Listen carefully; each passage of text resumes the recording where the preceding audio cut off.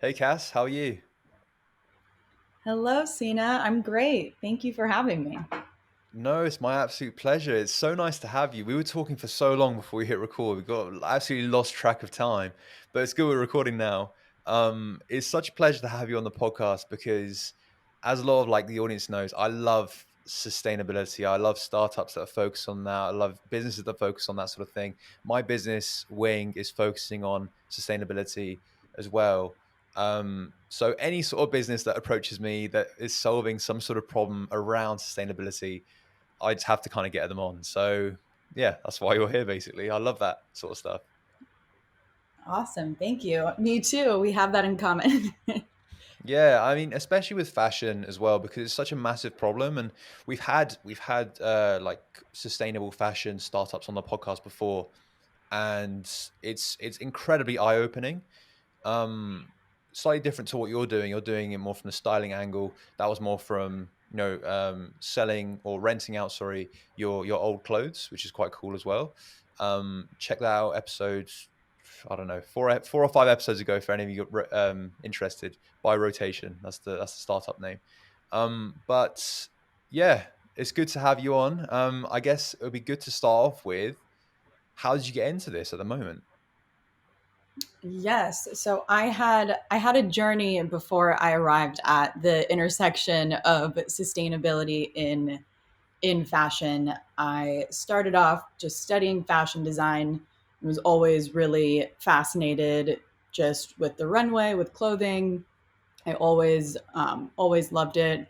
My mom's really into fashion, and so even though I'm from like the countryest place in America, I always grew up with like a fashion mindset, and moved out to Los Angeles right after school, and pretty quickly got into the styling industry here. And we were chatting before about how I didn't necessarily care to be in the entertainment industry, but moved to Los Angeles because I liked the sunshine and hiking, and I loved the Yeah. industry here. And so, kind of fell into more of this kind of entertainment role and doing red carpet styling. So, dressing people for press tours, and someone has a movie come out and you see them on different talk shows and different Hmm. premieres. I was mostly doing that, like those press circuits.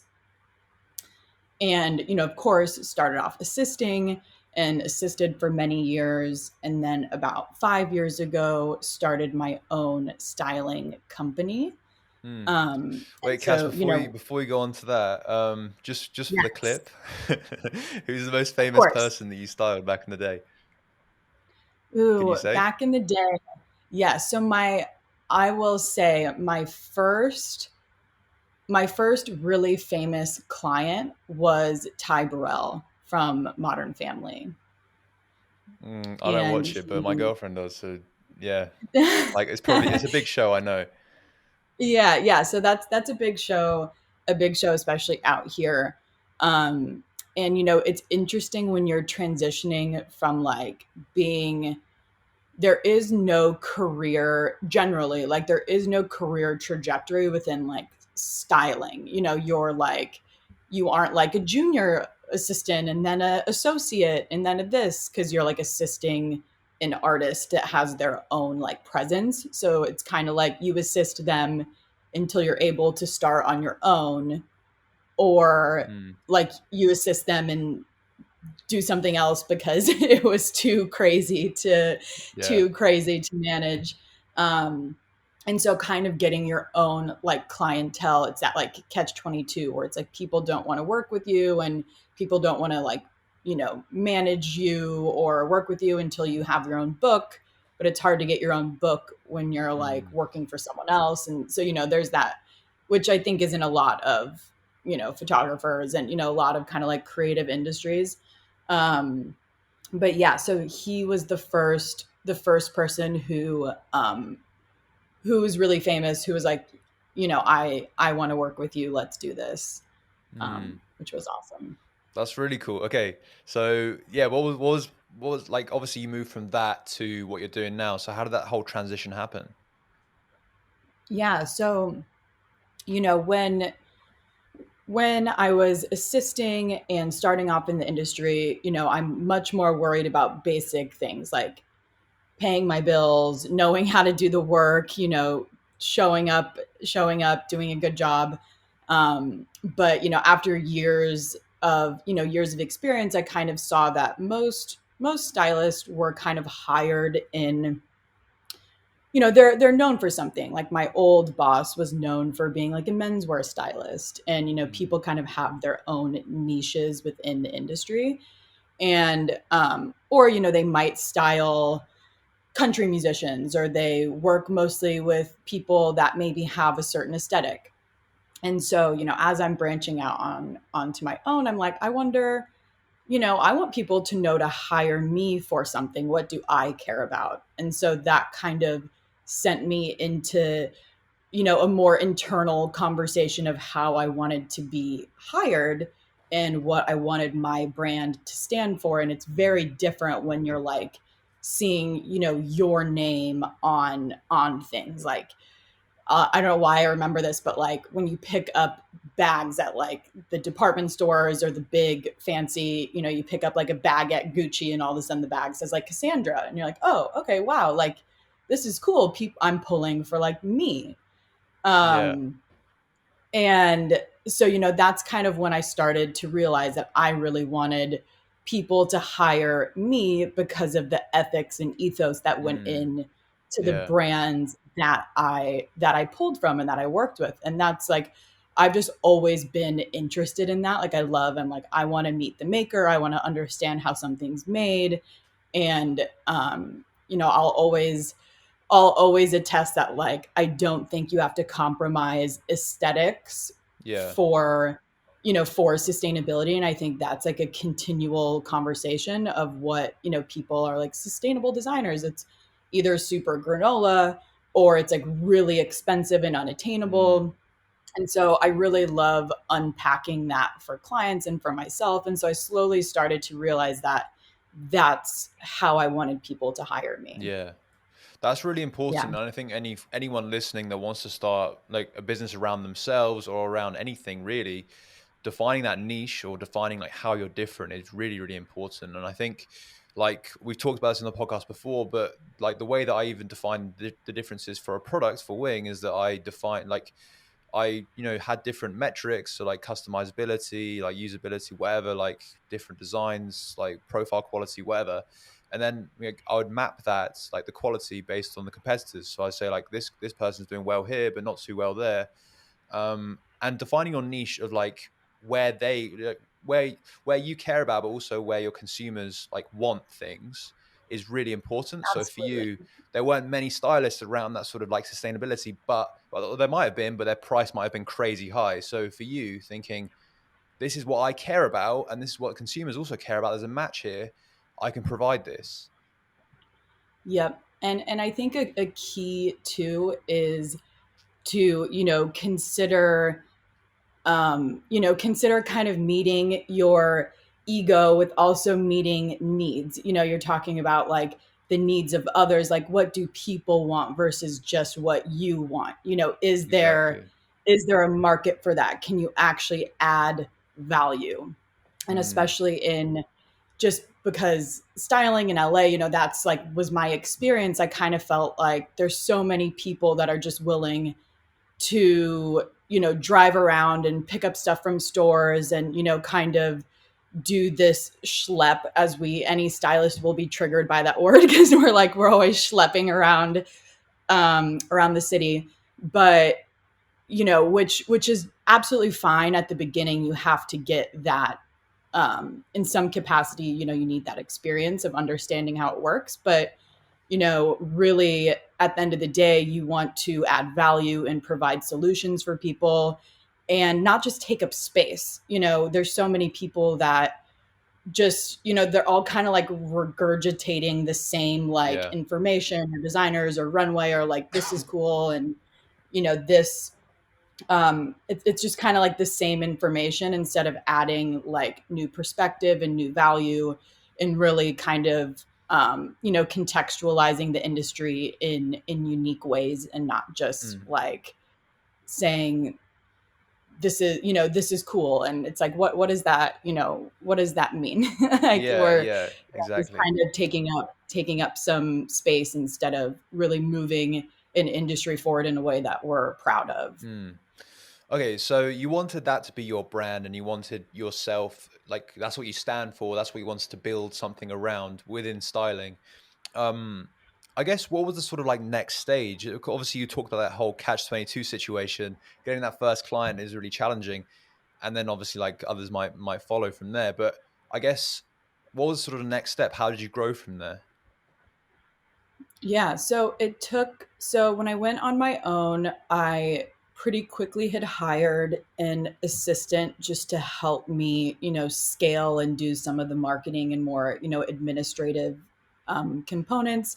And of course, at that time, hiring someone being new to freelance like that, even just one hire was, scaling at that point. Mm, And then, one became two. And so pretty quickly I, was growing in the styling space. But that was still, that first year and a half of freelancing, I'm still just making ends meet, right? And still just making sure that I'm being hired. So at this point, the first year, year to 2 years, I'm like having to meet in the middle with, not every client is just hiring me because I'm a sustainable stylist, because that's A, something that people have never heard of. mm, And B, I'm still needing to take on more traditional styling work just to make the company stay afloat.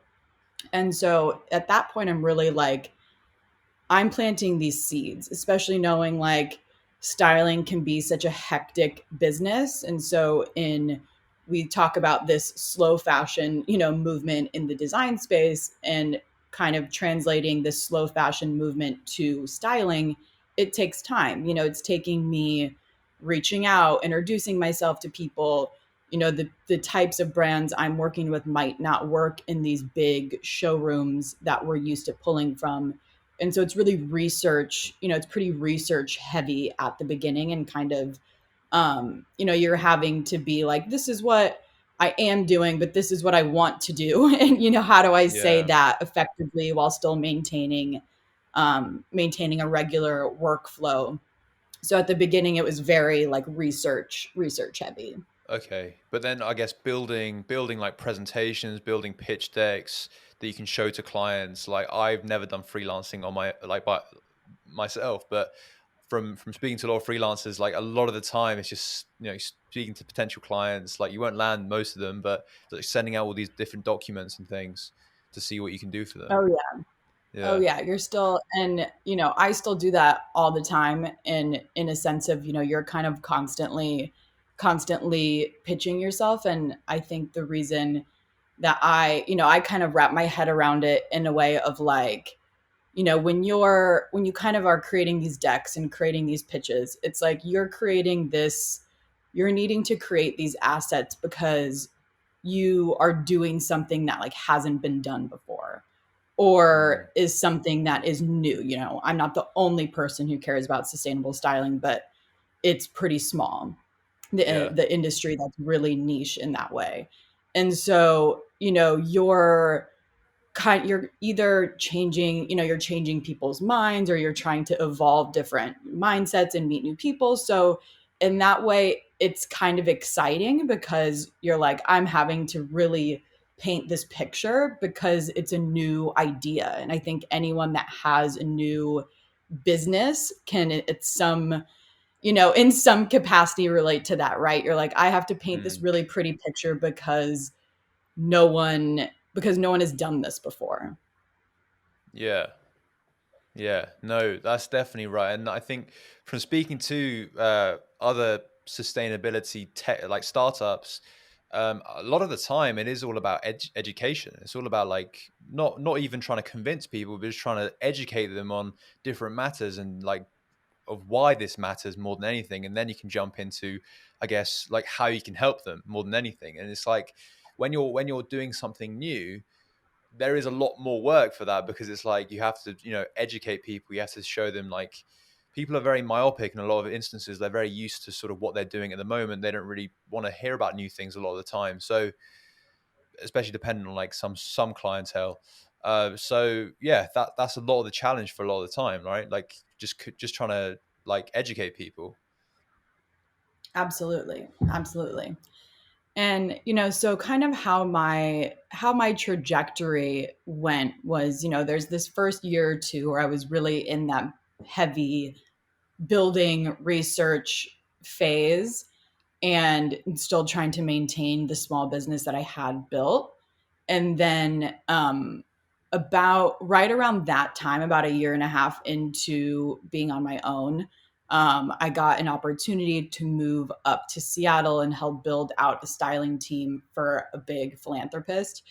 And, so this was really, I kind of took this as this opportunity that, okay, this is a private client and I will not walk away with like, images, and I won't, really be able to share a lot of this story because it's a private client, but I will be able to test this theory of alignment of values to wardrobe and working with non-traditional talent. Like at this point, I've Mm, worked mostly with movie stars, with people in entertainment, and I was really the vision of where I saw this was like, I want to reach as many people as possible. And, yes, of course, there's something to be said about star power, but I also want, which, really does transcend, obviously celebrities wear things and indicate trends. And, that's still yeah. a big piece of, how we consume media and trends. But I really wanted this to expand to, I saw digital styling and sustainable styling really Mm, expanding to, beyond press tours and beyond it just being one person. And so I took that like year-long contract as an opportunity to like build out build out these thoughts on one private client and kind of like contextualize and figure out what worked, and then hopefully at the end then rescale. So I kind of like took it yeah. back to then be able to bring it way far. Mm. How did you kind of like? I know you can't go into a lot of detail, but how did you land the client in the first place? Because it does sound like a pretty dream client for a lot of people. Yeah, and it's funny because I got a call from a random recruiting firm from the East Coast, and it actually ended up being, so I almost didn't pick up like the call because I thought it was spam, and then they kept calling, meaning the recruiting firm kept calling. And it actually turns out that it's the very first woman I interned for in LA, which would have been 12 years ago now. um her they had tapped her because there was some crazy like family connection, and she referred me, and at that point we hadn't worked together in 9 years, and I was like, how did you even know to refer me? I Yeah. was your intern like almost a decade ago. So I guess that can be a really cool testament to like, showing up and working hard and staying in touch with, No matter where you you are, know, yeah. with people that, you've worked with, and kind of not, burning bridges, and knowing that planting all of these seeds, like when something like that happens, you're like, oh wow, I'm really Mm, glad that I had this crazy unpaid internship, and then someone saw that I worked hard, and now I got a yeah. dream gig. So, Yeah. That's you know, incredible. took 10 years, but here we are. But that's a testament to the personal brand that you've kind of developed around yourself, around your business, and obviously your business is built around you, as an image. So I guess, how, like, firstly, why did you kind of make that decision to do that, to base it so heavily around yourself? And I guess for a lot of people listening, I know that decision of, should I build my brand around myself? Should I keep it as a separate entity? All those questions kind of arise. So I guess, how do you kind of, yeah, ensure that you can, yeah, how can you like use your brand most effectively, your personal brand most effectively when it comes to business? Yeah. So, this is something I think about all the time, and, constantly I'm at ends with myself of what makes the most sense moving forward. And the reason that I, started with building a personal brand around myself is when you're working with, private clients and celebrities and people that, you don't necessarily have like control over what they do or what they wear. You're a consultant that indicates, that obviously you're hired and you help curate these things. But at the end of the day, you're not totally in control of like what someone wears and what someone does. And so Yeah. by kind of having it be like, well, if this is what I talk about and this is what I stand for, like I'm in control of that, It's so true. I can, if this is like my personal brand, then this ethos will attract like the right people. And especially something as complicated and layered and intersectional as sustainability, I think it's more effective to kind of live that life, and that will attract the right people. Mm. And so I think it kind of came from being in this huge industry where you can stand for a lot of things or not. But I really wanted people to not be confused how to hire me. Yeah. And so I really had to kind of carve out that niche. And I was, too impatient for just being like, oh, word of mouth, people will know to Mm. hire me in this way. It's kind of like the one thing you can do and you can control and you can start at any time is your like self promotion. Yeah. And, Yeah.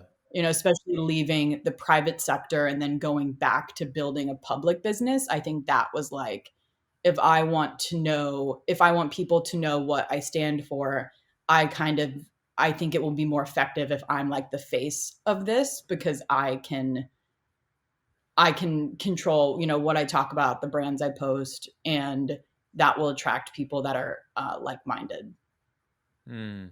So do you think, I guess, a right decision for you to base the brand so heavily around yourself? Like, has it reaped rewards for your brand, would you say? Yeah. I definitely think for me, the right decision was initially Mhm. building it around me while I was, building that story and kind of Yeah. helping, telling that story. I think a goal now of mine is to scale and evolve in ways that are outside of just me.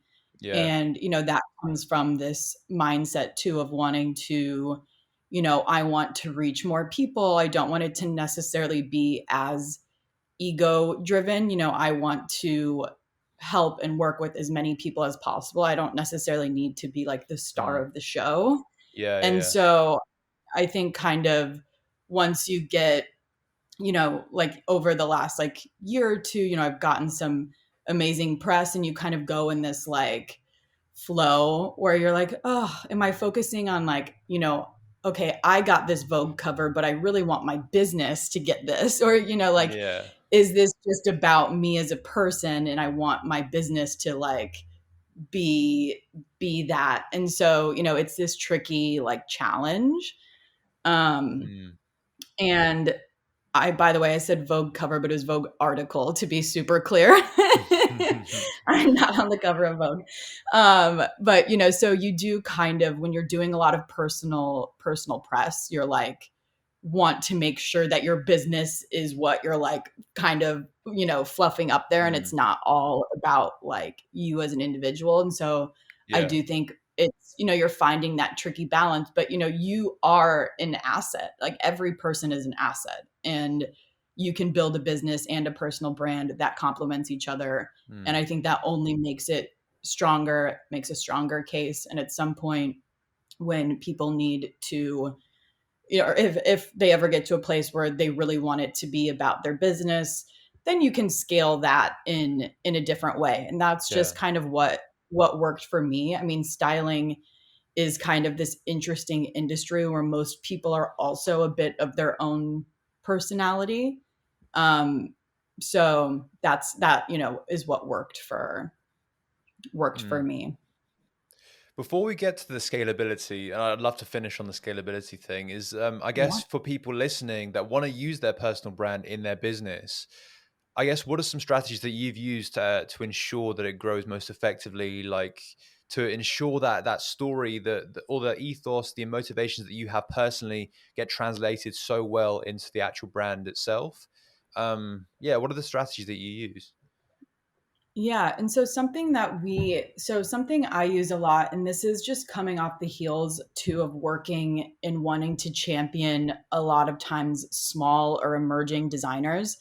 And um, so we always think like, how do we, activate communities in really unique and complementary ways, right? So we try to work on really like layered solutions. And so, it might not just be like Instagram. It's like, what, kind of doing the research to seeing how people are activating and leaning on, now there's so much data available, like your insights, like as like business accounts on a lot of these things, you're able to see and track and follow and being really active in like what's effective, when you're trying to grow a business. Of course, if you're just doing like your personal account stuff, maybe you don't need to get caught up in like all of that. But if you're trying to grow a business, I do think leaning on data and insights is important and figuring out unique ways to activate community. So it might be starting a newsletter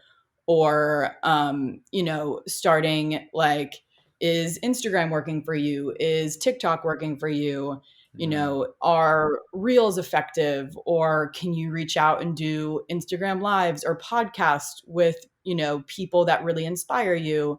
And I know some friends or colleagues that I know that now have successful podcasts have actually, said like, I just started interviewing people I wanted to be in the same room with, or people I yeah, wanted to be in conversation with, because inspire people started love to mine. talk about themselves and be Yeah. flattered. And, that can be, and it's kind of the, Instagram version of that is maybe doing like a live with someone, right? I think people did a ton of that over, especially during the pandemic. And so really kind of being in tune with unique ways of activating and being flexible in that way and being really like operative with what's working. Um, and kind of reaching out to people that are maybe like that kind of one tier above you, people that are like not super, super famous or something, but are kind of like people that you want to be in conversation with, and maybe figuring out ways um to do that, and Mm, also like I cold email, reach out, DM brands like even to this day, every day, no shame of like putting yourself out there. And I said this before, like when you're building something new, just introducing yourself and saying your values and your interests, and how you can add value, like that goes really far. mm. No, I really love that. That's amazing. And so we've only got like 2 minutes left, and I'd love to talk about, I guess, Yes. the big. I'd say in my mind the biggest con when it comes to using your personal brand when it comes to your business is that, especially when time is quite time heavy and people want you, like when people want you to be styled, they want you as an individual, because the reason why they're attracted to your business is because of you, right? um and obviously when it comes to scalability, that's really difficult because you might need to turn down clients because like you don't have time, because it's just like very time intensive. So I guess like, how have you, well, firstly, have you noticed that? And secondly, how are you planning to, or have you already overcome that issue? Yeah, and so that's actually something that, I'm kind of encountering right now, as I brought my styling services digital, and I do have two employees that work for me that support creating our digital boutiques for clients. And so right now we're at this place where investing in digital solutions and inviting tech has helped me be able to hire people that support a lot of the research and boutique generation, and then I just kind of do the client interaction. And Mm, so typically with personal styling, everything's in person, so I would need to be doing all of those deliverables just me or me with someone else. And so by bringing them digital, I'm able to just do some of that like top level work, Yeah. which is of course the goal. Um, and working a bit with non-traditional talent in a sense of not just movie stars. I think people, as your brand develops, people are okay with also working with your team, knowing that Yeah. you're scaling the business, and you might lose some really fringe, like needy clients, but you also have to create boundaries, right? And kind of, focus on like just keep up your confidence that people will be willing to work with you in that way. Mm. And you probably will lose a client or two. And at first that will suck. And then it will get better. And the more you maintain that confidence of like, this is how I want to be hired, this is how I want to work. And, we support you, and this is kind of how we do that. Yeah. You'll find the right clients. Mm. We had just a story quickly before we wrap up the podcast. That's amazing, by the way. Like, but just to I guess show you that it's not just in the styling industry. We had someone who started a tutoring business around herself as the brand, and so people would call.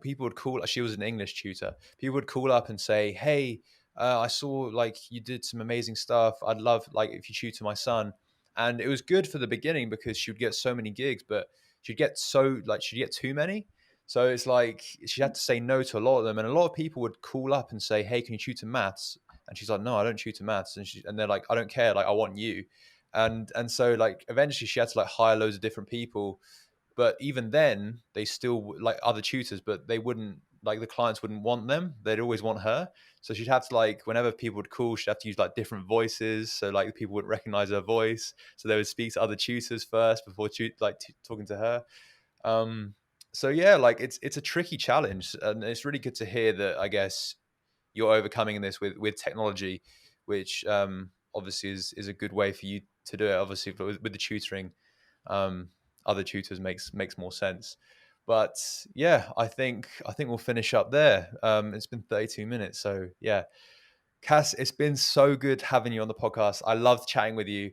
It was so much fun having you on. I hope you enjoyed it as well. How I can had people so stay in much touch with fun. you, stay in touch with your brands going into the future? Yeah, of course. Of course. So we are on Instagram just at Cassandra and at CD Studio Shop, which is my wholesale company, private label company. And also just CassandraDittmer.com is my website, my blog, my portfolio, and you can book into digital styling services there as well. Amazing. Thank you so much for coming on the podcast again. I'm sure loads of people got inspired by this. And yeah, thank you so much for coming on. And I'm sure we'll talk soon. Thank you. Awesome. Thanks. Bye.